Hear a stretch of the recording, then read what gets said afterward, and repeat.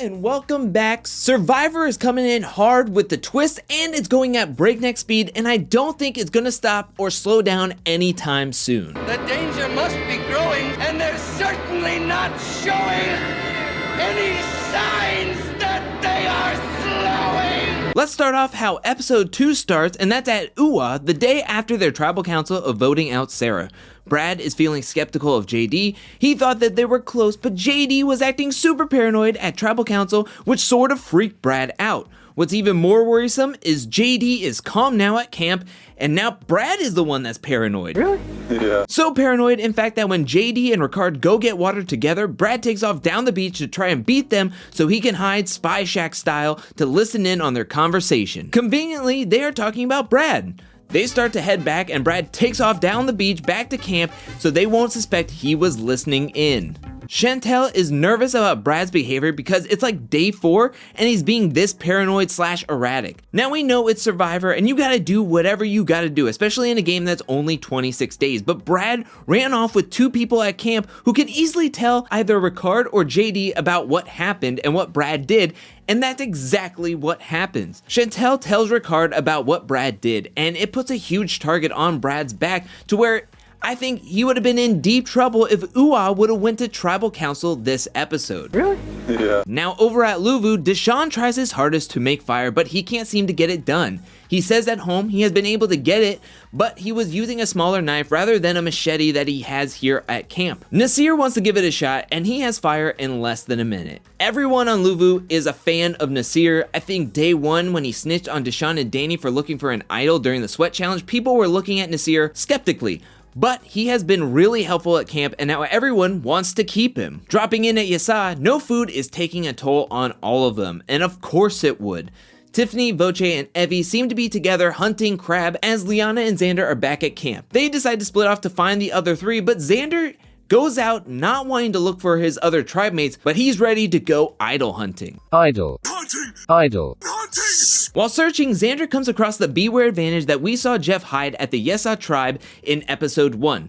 The front tells him to pretty much open at your own risk as this advantage comes with a clause. Xander says screw it and opens it up.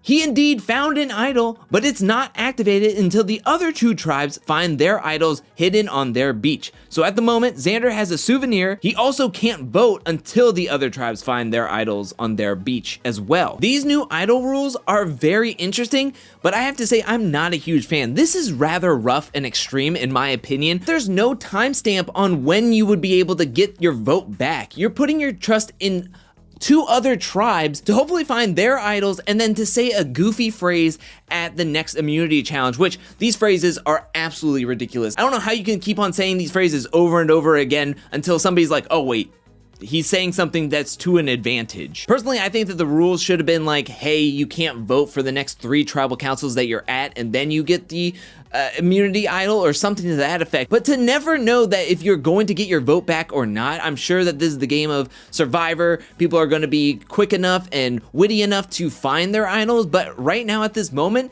that's a huge question mark, and if they never find their idols, what does that mean? Xander never gets his vote? Xander then goes to tell his closest allies in Evie and Voce about his idol and the rules to his idol, which both Evie and Voce are nervous about Xander not having a vote since they are a tribe of 5, and without Xander, they could go 2-2 tie if they go to the next tribal council. But what makes Evie even more nervous is how many advantages Xander is getting this early in the game. He is like a magnet for advantages. She's seeing this as an opportunity to go with Liana and Tiffany to make an all-women's alliance. Evie tells them all about Xander's advantages to where it solidifies their women's alliance along with putting the biggest target on Xander's back. Next up, all the teams meet up with Jeff at this week's immunity challenge, which is a water-based obstacle course with a puzzle at the end. After Xander says his secret phrase that results in crickets and laughs, Butterflies are just dead relatives saying hi.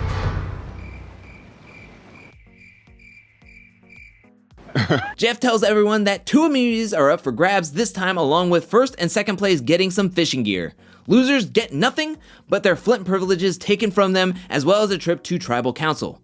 Heather sits out for Luvu, and we are off. Right off the bat, I'll say Yesa had the absolutely wrong strategy. They had Xander swim directly to get the key to give them some sort of lead, but they should have done what Ua did and had Tiffany swim first. It may have been slower at the beginning, but Xander and Liana would have made up the time on the back end. But then again, we wouldn't have gotten to see Tiffany versus the balance beam. Tiffany falls off. Tiffany drops again. Tiffany off again. Let's go! Liana waiting. One eternity later. Believe in yourself, you got it. Also, Jeff decides to throw some shade Yesa's way here. Yesa has been a disaster in challenges this entire season. Luvu crushes this challenge. Like, they've been flawless so far in the game. I'm really impressed with everyone, and I'm a little sad they've been doing so well because we haven't gotten to spend really any time with them. Luvu, of course, finishes first. Ua, Puzzle Masters of JD and Ricard sort of struggled on this turtle puzzle, but they had such a big lead that they really didn't have to panic. They were able to secure second immunity and fishing gear, meaning Yesa will be heading back to Tribal Council where they'll lose another member. But before we get to any of that, Jeff says that Luvu has to make a decision. They have to choose 2 people to take a journey with each other. They first have to choose someone from Yesa, which they choose Evie. Then they have to choose someone from either Luvu or Ua to join her, and Deshawn volunteers, which is absolutely the right choice. They head out right away and everyone makes their way back to their camps. At Yesa, Voce and Xander want Tiffany gone. She didn't do well at the challenge and it seriously hindered them from winning. Losing the challenge today sucked, and I do feel like it was a little bit on me. Maybe I lost a minute or 2 of time, maybe 3 minutes.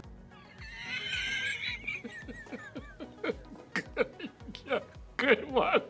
They even tried to talk to Liana about it, but this decision, of course, is all in Evie's hands as Xander is a friggin' sitting duck with no vote, so he's just chilling, hoping that Evie comes back so they can secure Liana on Tiffany for an easy vote out. Speaking of Evie, her and Deshawn get to the same mountain we saw Xander, Danny, and JD trek in episode 1. Evie lets Deshawn know right off the bat that if there's a protect or risk your vote thing, she's protecting it since she's heading to Tribal Council and he can risk it so he can get an extra vote. Evie and Deshawn use this as a bonding experience that they think that could be useful in this game at this point, whether they swap now or later. Also, Luvu will continue to have the most members, so it's best to get in good with them now. Evie also tells Deshawn about how the idols work because of Xander's note, and then they split off to get to the same ship wheel with the protect or risk your vote option. Evie keeps to her word and protects her vote. I thought this protect or risk your vote situation, the prisoner's dilemma, was actually interesting in episode 1,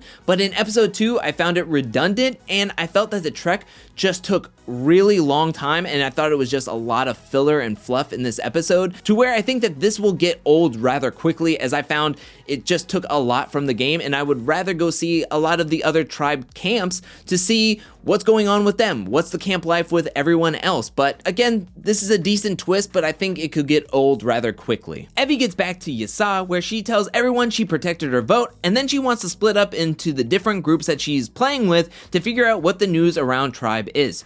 She didn't miss much, as the guys are 100% on Tiffany and the women want Xander. That is until Tiffany thinks harder and harder on the purple butterflies? Butterflies in purple? He can make. I read the note, dude. I read the note. It said that he had to say butterfly. Tiffany gets super paranoid and pretty much strong arms the ladies into swapping the vote to Voce. I'm freaking out, man. This gets rather ridiculous because Evie really tries to back up what she told Tiffany earlier on, but Tiffany is just not having it. She thinks Xander's idol is working, that he said the code word to make it activated, and she wants to go Voce no matter what. Unless I'm being one of those stupid Survivor players, which I really hope I'm not. We finally get to Tribal Council, and Tiffany is talking about not doing well in the challenge, but is hoping her social ties in the game will help her get past this Tribal Council. Voce talks about the tribe using a ton of medical analogies, then he talks about growing up in a single mother home where she instilled in him the importance of education and to work hard. After this very vulnerable, heartwarming speech about his journey and his upbringing, there's no way they can vote him out here tonight, right? Third person voted out of Survivor 41. Voce. Charm spoken. Fail. Time for you to go. It was at this point Xander knew he was screwed. And Yesa leaves Tribal hoping that a swap is happening soon. But that's where this episode ends. What do you think about this episode? Let me know that in the comment section below. What do you think about the new idol rules? Do you think that they're too extreme, or do you think that it's actually decent strategy and it adds a dimension to the game? Let me know that in the comment section below. What do you think about Yesa's decision to vote out Voce instead of Tiffany? Let me know that too. Let me know anything and everything you thought about this episode down in the comment section below. And while you're down there, hit that like and subscribe button. I'll be back really soon with more Survivor 41 content, more content in general. But until then, peace.